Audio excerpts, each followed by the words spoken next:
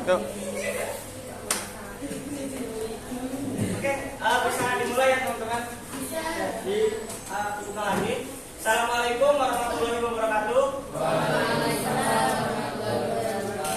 Langsung aja untuk mengefektifkan waktu juga. Perkenalkan, nama saya Rofahul Miftah dari Prodi Pendidikan Teknik Bangunan angkatan 2023. Kebetulan kami dari semester 2. Terus saya Afrian Bangga, biasa dipanggil Duta, sama juga dari Prodi Pendidikan Teknik Bangunan semester 2. Sebelumnya kedatangan kami ke sini seperti yang saya bilang di awal tadi itu untuk mensosialisasikan tentang nilai-nilai Pancasila. Karena kan jika dilihat dari perkembangan zaman, dari revolusi-revolusi itu, sekarang itu nilai-nilai Pancasila itu kayak nggak dibutuhin lagi teman-teman. Jadi kayak terkesannya dibuang lagi, itu diasingkan gitu. Jadi harapannya dengan kami mensosialisasikan nilai-nilai Pancasila ini, teman-teman juga dapat lebih aware gitu tentang nilai-nilai Pancasila, juga dapat lebih bisa mengimplementasikan hal-hal tentang nilai-nilai Pancasila yang baik gitu loh teman-teman. Nah, kenapa sosialisasi tentang nilai-nilai Pancasila itu penting? Karena itulah yang akan membentengi kita calon generasi bangsa, di mana tujuan negara Indonesia yaitu menuju Indonesia Emas tahun 2045 dari budaya-budaya asing yang tidak sejalan dengan nilai-nilai Pancasila. Kan di zaman sekarang kan banyak sekali budaya-budaya asing yang dapat kita akses melalui TikTok, media sosial. Itu kan apabila kita sudah membentengi diri kita dengan nilai-nilai yang terkandung dalam Pancasila, itu maka kita akan mudah sekali terpengaruh oleh budaya-budaya yang tidak sesuai dengan tujuan-tujuan bangsa Indonesia. Oke, sebelum masuk ke materi lebih dalam ya teman-teman. Teman-teman kan juga mempelajari tentang mata pelajaran PKN ya. Itu ada yang tahu nggak hari lahirnya Pancasila itu tanggal berapa? Itu gantengan. Oke. Namanya siapa? Biar kenal. Namanya siapa? Namanya Abdi Zakia. Tanggal berapa hari lahirnya? Pancasila kok. 1 Juni tahun? Itu lupa. Oke, benar. Tepuk tangan dulu dong buat temennya dong. Betul ya, Pancasila itu dilahirkan tanggal 1 Juni 1945 seperti yang teman-teman katakan juga tadi. Itu melalui beberapa rangkaian, melalui beberapa proses. Tentunya udah ujung-ujung jadi Pancasila, udah ujung-ujung sila pertamanya satu Tuhan yang Maha Esa, begitu. Jadi itu melalui beberapa proses yang emang benar-benar kompleks lah gitu teman-teman. Ada sanggahan, ada protes, ada yang namanya opini. Inilah teman-teman belajar di kelas, terus ada ketua kelas siapa di sini ketua kelas? Banyak yang terdiam jawab ya. Bisa banyak beropini, besok renang yuk. Terus teman-teman pasti di sini ada yang nggak setuju, ada yang setuju. Nah itu Pancasila juga seperti itu. Pas pembentukannya ada yang setuju, ada yang enggak. Betul nggak Mas Kita? Betul sekali. Tapi kebanyakan orang-orang yang setuju dan itu adalah orang-orang yang mempunyai pandangan ke depan, pandangan lebih jauh tentang masa depan bangsa Indonesia. Mungkin kita bicara tentang prosesnya satu persatu ya. Mungkin ini maaf kalau salah, karena kan kita juga bukan dari Prodi Pendidikan Pancasila atau Pendidikan Kewarganegaraan ya teman-teman. Kita hanya belajar mengulas, kita belajar bareng-bareng lah di sini, mengulas gitu. Pancasila itu pertama kali ada sidang itu di BPUPKI. Tahu nggak BPUPKI itu apa? Apa coba? Ada yang berani nggak acungin tangan? Acungin tangan, ayo. Acungin tangan. BPUPKI artinya apa?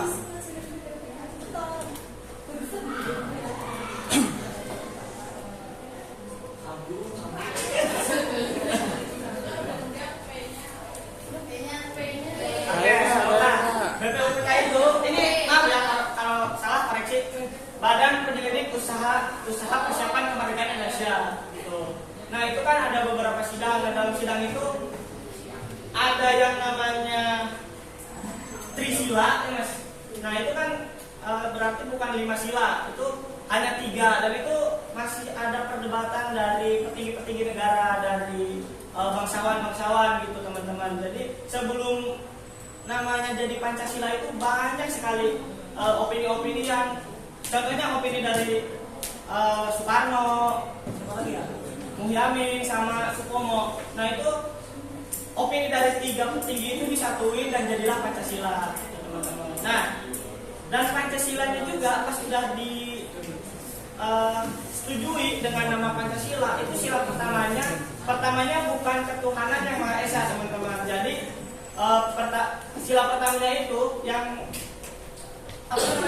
yang sudah ditetapkan, sila pertamanya itu menjalankan syariat Islam bagi pemeluk-pemeluknya gitu, teman-teman. Nah itu kan karena kan Indonesia itu agamanya bukan cuma Islam aja ya teman-teman ya. Teman-teman juga tahu ada berapa coba negara di Indonesia agama yang Katolik. Nah ya, nah apa aja? Islam,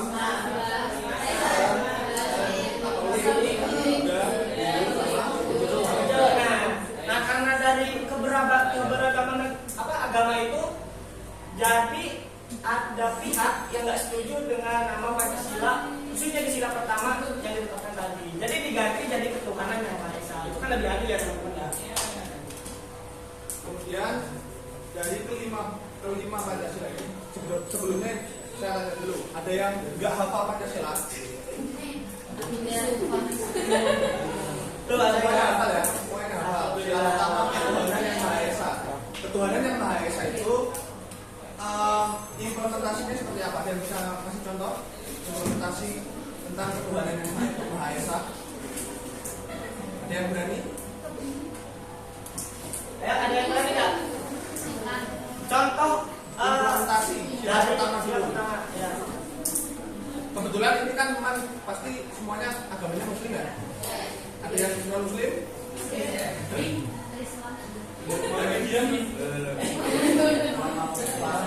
Jadi ada yang tahu nggak? Ada yang berani nggak menyampaikan opini? Nggak ada yang salah opini itu, semuanya benar. Pendapat kalian tentang implementasi ketuhanan yang Maha Esa di Indonesia? Ya. Tadi kan dari cewek udah nih, nggak jawab terus, dari cowoknya dong. Ayo dong. Berani, ayo siapa yang berani? Nanti nilainya disetor ke Bu Syam. Ya, Bu Ika, nanti kayaknya kita stop Nanti Ika. konversi ke nilai bahasa Inggris. Beneran? Nggak ada yang Oh, ini berani. mau jawab nih mas, Silakan sama ada. Pendapatnya ada. Tapi enggak, ada nih. Pendapat itu nggak ada yang salah. Pendapat itu semuanya benar. Yo berdiri yo, perkenalkan. Ayo mas yang lagi minum. Kira-kira aja. Implementasinya sila pertama itu apa? Contoh satu aja. Yo.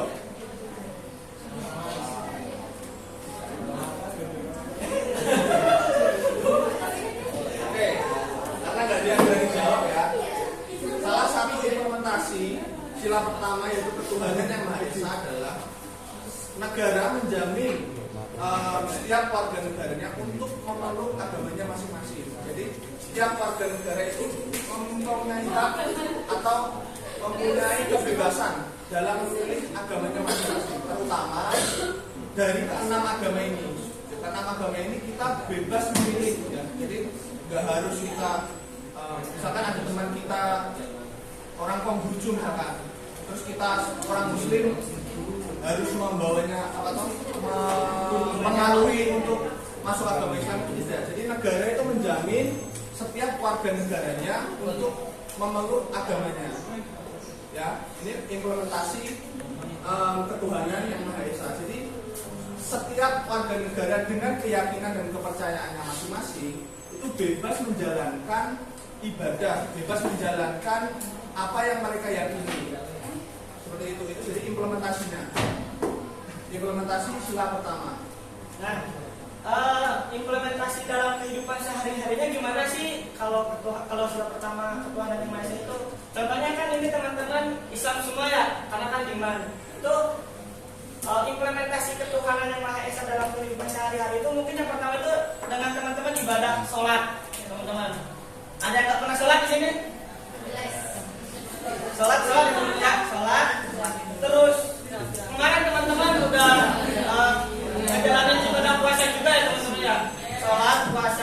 mungkin pas bulan puasa juga teman-teman ngelakuin zakat gitu teman-teman. Mungkin di sini ada yang udah naik haji, di umrah ada ya, umrah ada. Nah, seperti itu dalam implementasinya masyarakat haji.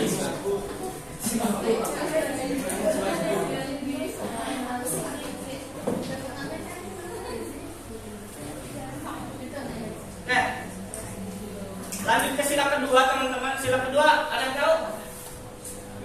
Nah, kemanusiaan yang adil dan beradab. Itu artinya kita sebagai manusia itu punya hak untuk bersikap adil dan diberi keadilan gitu teman-teman. Ngerti nggak sampai situ? Misal teman-teman itu punya apa ya? Guru lah ya, guru. Ini teman-teman lagi belajar di sini di sekolah guru teman-teman ya. Terus teman-teman tuh ada yang satu si A itu anaknya aktif, si B itu anaknya jarang sekolah bahkan, maksudnya malas-malasan. Nah, ketika guru teman-teman memberi nilai yang sama kepada anak A dan B, itu kan nggak adil ya teman-teman ya. Nah, maka dari itu salah satu implementasian dari kehidupan sehari-hari dari sila kedua kemanusiaan yang beradab itu diberi keadilan. Nah, itu jadi diberi nilai sesuai porsinya gitu teman-teman, sesuai usaha dari teman-temannya gitu. Kalau itu implementasi di sekolah ya teman-teman ya. Nah, kalau implementasinya sebagai warga negara apa? Implementasi keadilan sosial, kemanusiaan yang adil dan beradab itu salah satunya yaitu setiap individu itu mempunyai hak dan kewajiban yang sama, entah itu di mata hukum, entah itu di mata mata najwa atau apa. Mereka mempunyai hak dan kewajiban yang sama. Misalkan ada orang dengan ekonomi menengah, dia mempunyai kewajiban untuk membayar pajak. Sama juga Hotman Paris juga dia membayar pajak. Jadi kewajibannya mereka berdua entah itu dari kalangan apapun itu mempunyai kewajiban dan mempunyai hak yang sama. Misalkan hak untuk menyuarakan pendapat. Hak untuk menyuarakan pendapat itu entah dari orang mohon maaf yang mereka hidup di jalanan atau mereka orang kantoran, mereka pejabat negara ataupun mereka seorang kiai ataupun mereka pendeta itu mempunyai hak yang sama dalam penyampaian pendapat. Jadi negara itu menjamin itu. Jadi, maka teman-teman dari MAN ini mulai dilatih untuk menyuarakan pendapat melalui apa kalau di sekolah ya ini pemilihan ketua OSIS itu misalkan berdebat menyampaikan apa aspirasimu dan lain sebagainya. Terus sila ketiga itu lambangnya apa?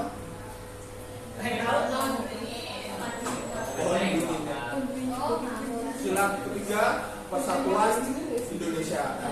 Persatuan Indonesia ini karena Indonesia adalah negara yang beragam dan negara Indonesia itu mempunyai negara yang pluralisme ya, sama multikulturalisme. Ada yang tahu pluralisme itu apa? Ada yang tahu? Ayo katanya belajar PKN.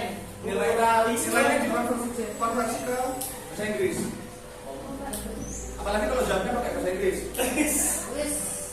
Tambahan mas. Tambahan.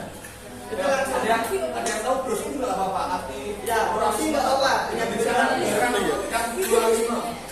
Pluralisme sama multikulturalisme.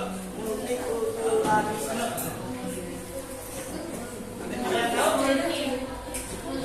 Misalkan nanti nilai ujian bahasa Inggris kalian jelek, tapi kalian sering jawab ini langsung. Nggak perlu. Ada yang tahu? Ada yang mau jawab? Loading ya. Oh, oke. Ditungguin ya. Ayo nggak apa-apa. Nanti dapat nilainya bagus nanti kalau jawab terus. Oke. Keberagaman Indonesia, pluralisme adalah keberagaman yang berada di Indonesia. Dalam arti kayak beragam-ragam suku bangsa yang menyatukan menjadi bangsa Indonesia. Betul, tapi Tepuk tangan dulu lah.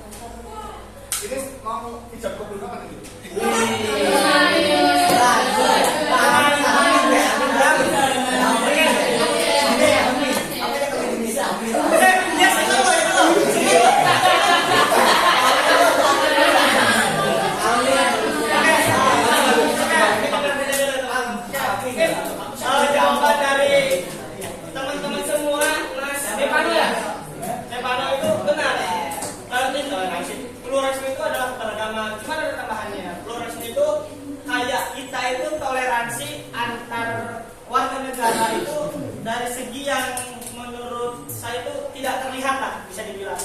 Contohnya apa? Toleransi ideologi, terus nilai-nilai, adat istiadat itu kan nggak terlihat ya teman-teman ya. Itu pluralisme.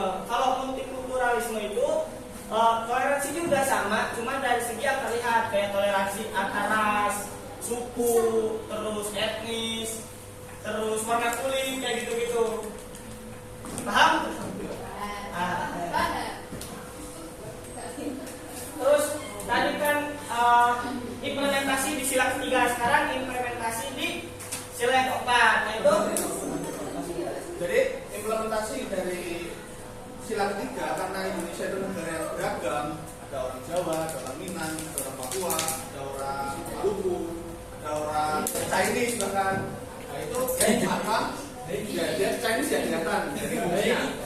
Itu maka Indonesia itu mempunyai sifat toleransi ya. Jadi karena mereka ini berbeda-beda, jangan ada tumbuh perasaan bahwa suku ini tuh lebih baik, suku ini tuh lebih unggul, suku ini tuh lebih merasa lebih powerful gitu di bidang politik, mata hukum. Jadi negara implementasi sila ketiga yaitu negara menjamin adanya keberagaman yang ada di Indonesia. Tapi keberagaman itu akan menjadi satu, yaitu negara Indonesia apabila kita menerapkan nilai-nilai toleransi. Jadi misalkan ada orang Papua, orang Papua tinggal di sini, karena mereka itu mempunyai suku yang terlihat misalkan ya, orangnya gede, rambutnya keriting kayak Khalid lah, Khalid tahu?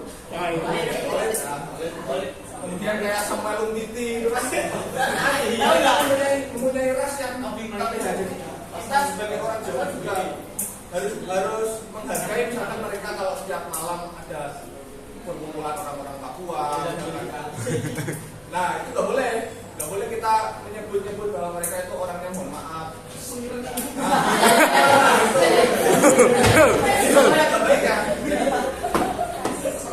Pemikiran itu ada di dalam hati aja, jangan dilontarkan. Karena itu bisa menyakiti perasaan orang-orang yang tidak akan kita sebagai mahasiswa, sebagai warga negara itu harus menumbuhkan rasa toleransi. Jadi kita menghargai apapun yang berbeda, menghargai perbedaan agama, menghargai perbedaan ras, menghargai perbedaan suku, perbedaan warna kulit. Jadi misalkan jangan diceng-cengin, wah putih jangan. Seperti itu ya. Lanjut ke implementasi dari sila keempat. Ada yang berani? Apa sila keempat? Logonya dulu ya, logonya kan Oke, logonya lambang partai. Banteng. Nah, coba Mas, apa? Implementasinya apa coba? Contoh satu aja. Saling bermusyawarah untuk menangani masalah. Oke. Nah, Mas siapa? Cahyo. Orang ketiganya Cahyo berarti ya.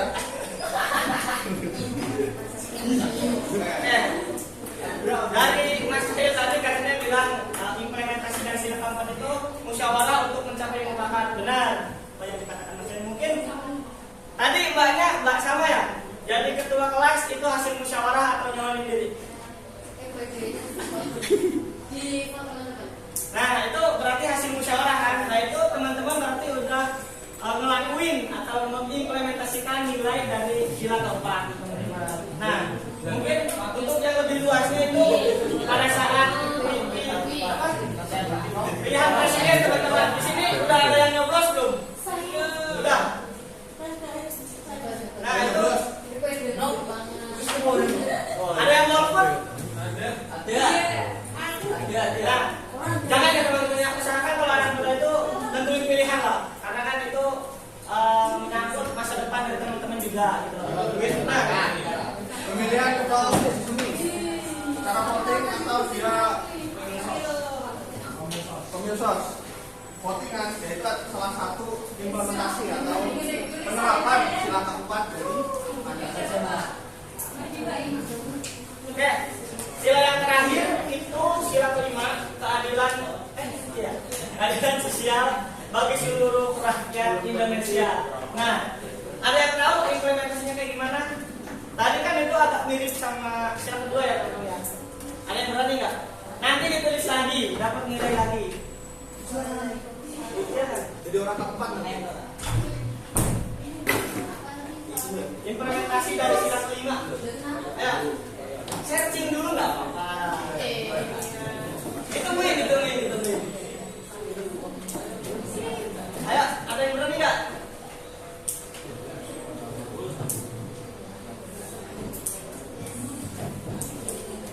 Mbak?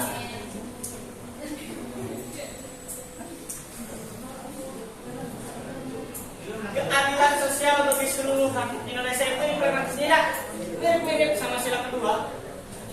Itu setiap warga negara itu memiliki hak dan memiliki dan berhak diberi keadilan gitu teman-teman ya. Implementasinya sama. Mungkin tadi ada teman-teman yang baru datang, saya jelasin lagi.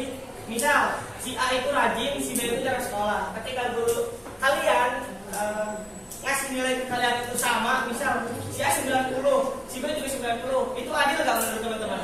Enggak. Makanya setiap warga negara itu berhak diberi keadilan gitu sesuai porsinya. Kalau si A rajin, berarti si A berhak dapat 90. Kalau si B jarang sekolah, itu berarti berhak mendapatkan lebih rendah dari 90 gitu teman-teman. Itu contoh implementasi di sekolah. Kalau implementasi di luar sekolah di kenegaraan, ya itu sama. Setiap masyarakat itu mempunyai mempunyai hak untuk mendapatkan keadilan dari Indonesia. Misalkan di mata hukum misalkan ada kasus ya di media sosial itu bahwa nenek-nenek mencuri ubi, dengan keadaan ekonominya yang memang sangat rendah, dia mencuri itu hanya untuk biar bisa dia makan, tapi dituntut atau diadili yang berlebihan. Itu adalah contoh penyelewengan. Itu oknum ya, tapi Indonesia itu mempunyai tujuan bahwa setiap warga negara itu diberlakukan yang sama di mata hukum. Entah itu contoh Verdi Sambo kemarin, penembakan, kemudian koruptor, itu harus diadili sesuai dengan apa yang dia lakukan. Ya, itu harus mendapat keadilan yang setimpal dengan apa yang dia lakukan. Tentu itu perhitungannya ada kerugian yang disebabkan, kemudian efek-efek lainnya itu dipertimbangkan untuk menentukan keadilan yang benar-benar adil. Jadi di Indonesia ini menganut bahwa keadilan itu harus ditegakkan karena Indonesia adalah negara hukum. Seperti itu.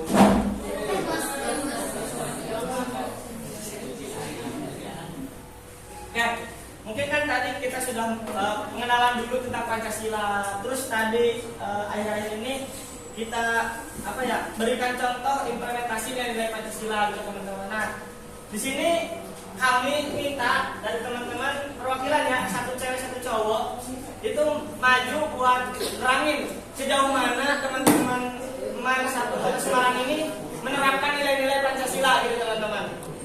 Nanti kita store ke nilainya. Ya. Maju aja nggak apa-apa. Misalkan di sekolah ini kan tadi udah ada contohnya ya. Sila keempat dari di sini pemilihan ketua kelas, pemilihan ketua OSIS, pemilihan organisasi ada kan? MPK ada ya MPK dan lain-lain. Ya maju nggak apa-apa, salah satu aja. Salah satu aja deh. Satu cewek. Sambung. Kalau bisa satu cewek. Sambung. Ya. Ayo dulu nggak apa-apa. Nanti habis jawab jawab dulu. Ayo maju.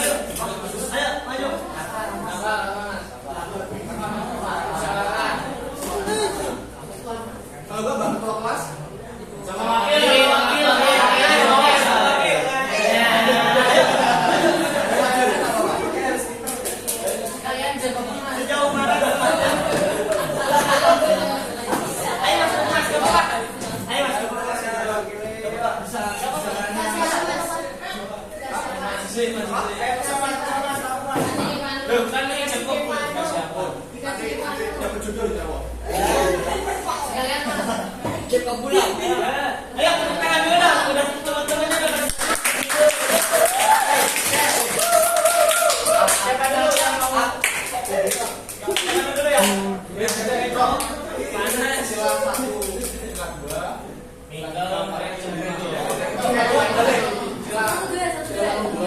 penerapannya sila 345.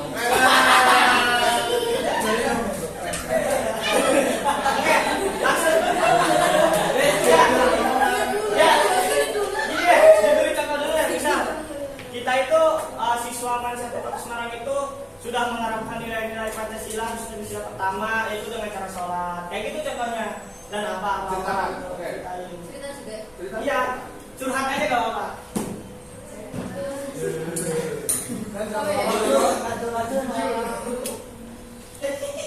Agak deketan dong biar kelihatan di kamera.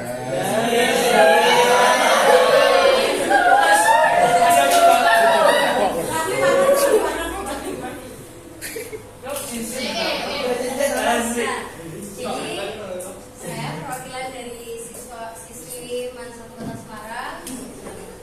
Lumayan sudah menerapkan dari skala pertama, misalnya sholat. Ya Allah, astagfirullahaladzim. Sholat tuh ya.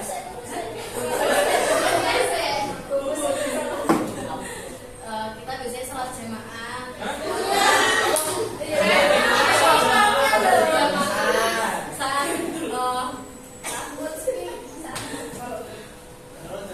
Saat azan sudah berkumandang, saya sebagai sebuah saya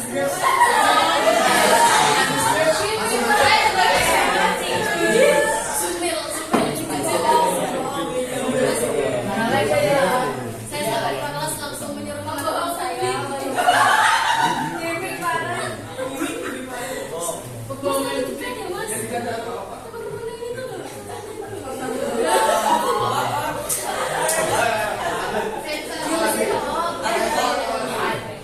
itu kita sholat yang laki-laki yang perempuan itu sholat semua di masjid tepat waktu. Setelah itu kita zikir, setelah itu zikir sampai kadang yang laki-laki tuh zikirnya tuh sampai jam setelah zuhur tuh habis baru kembali setelah.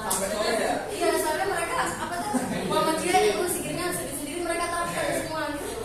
Zikir dari awal sampai akhir. Asal terus lah emang tuh terus sebelum pelajaran kita berdoa, setelah pelajaran kita berdoa, mau pulang sekolah berdoa, mau keluar kelas berdoa, mau masuk kelas berdoa kan semua. Kalau dari Milan akan Ramadan ada kegiatan enggak? Ada pesantren kilat, kafilah banget itu kita berangkat di kitab walaupun banyak banyak sih. Walaupun ada yang Muhammadiyah juga tetap rajin berangkat gitu, walaupun juga rajin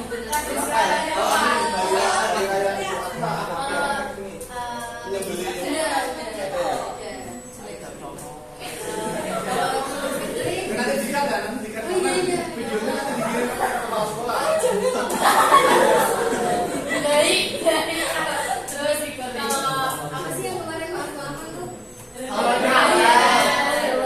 halal bihalal tuh ya walaupun kayaknya cewek nggak tahu salahnya apa tapi kita tetap di kelas minta maaf sekali-sekali minta maaf terus ya walaupun nggak salah juga sih. Itu sila pertama ya. Dan cukup diterapkan di Pancasila Semarang. Sila kedua kan ini kemanusiaan yang adil dan beradab. Dibully terus tuh itu. Enggak, di MAN ini tuh apakah siswa-siswanya atau itu sudah diperlakukan adil? Enggak, kalau jujur belum.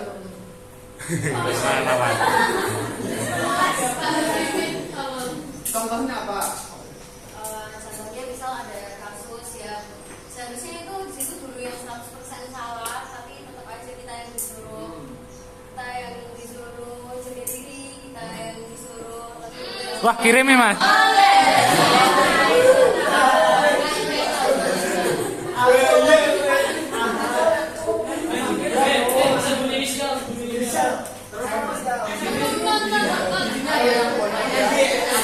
Anak kepala sekolah, Pak anak. Ini kita anak rakyat kecil. Wah, anak Kapolri.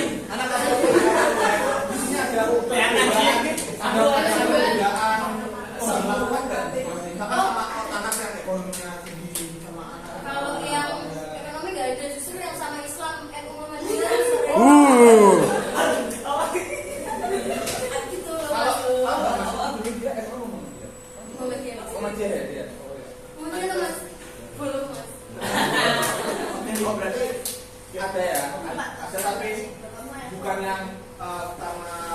ketimpangan sosial itu enggak ya Pak? Enggak, kita apa namanya ya malah justru yang ekonominya tinggi itu malah jarang bayar kas.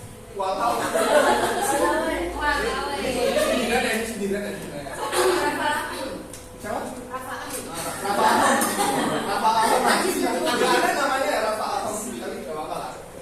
Ada juga kayak Selain itu ada nggak apakah sekolah di lingkungan mana aja deh penerapan kemanusiaan yang adil? Nggak. Intinya sih Makan siang gratis itu adil nggak? Woi.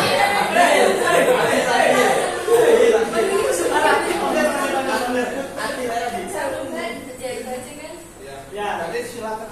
tiga ya. Ayo.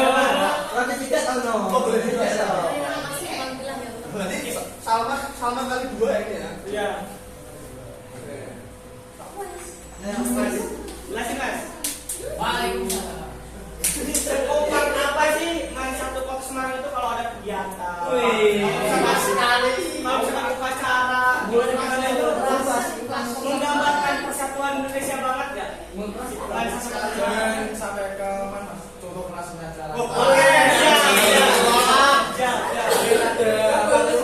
Kayak pembekalan dari lainnya yang masuk ke mana kayak gimana tau cara masuk stan gini yang laki-laki pakai satu semua.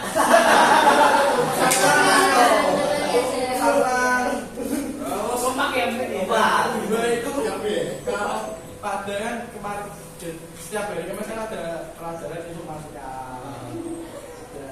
Pak informatika Sebelum apel informatika itu PJOK. Jadi setelah PJOK itu gurunya itu sudah ada, tapi anak-anak di kelas itu persatuan.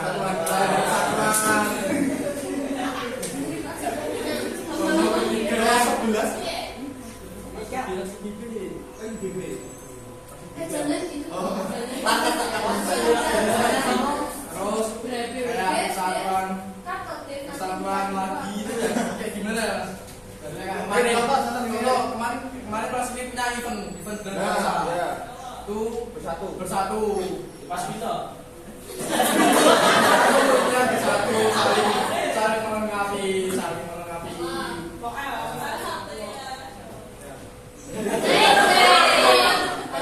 Yang diterapkan tapi juga ada juga yang masih kurang. Tepuk tangan jawaban dari Mas. Iya. Terus empat Ada contoh kecil kayak yang tadi yang masnya itu voting tentang kelas. Yo. Apalagi ini Mas gimana ya? Gimana? Ya, kedua pemilsos tuh menerapkan juga seperti itu. Kalau misal kelas ini mau ngadain kegiatan itu voting dulu apa enggak? Misalkan apa ya biasanya bersih yang positif bersih desa misalkan itu ke voting dulu enggak ada itu juga. Oh iya itu namanya kemarin Mas pas apa tuh bulan Ramadan itu kan bagi-bagi takjil itu bagi voting. Bagus.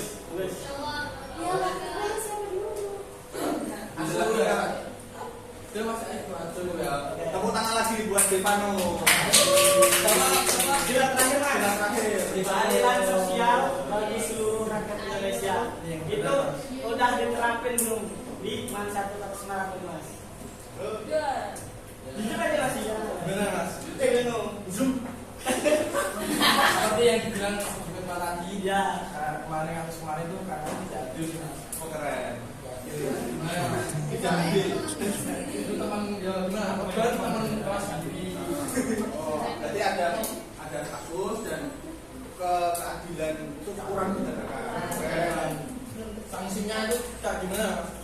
Kayak kurang tegas nih Pak. Kelas. Tidak setimpal. Tepuk tangan atas keberanian. Stefano kali 3 berarti.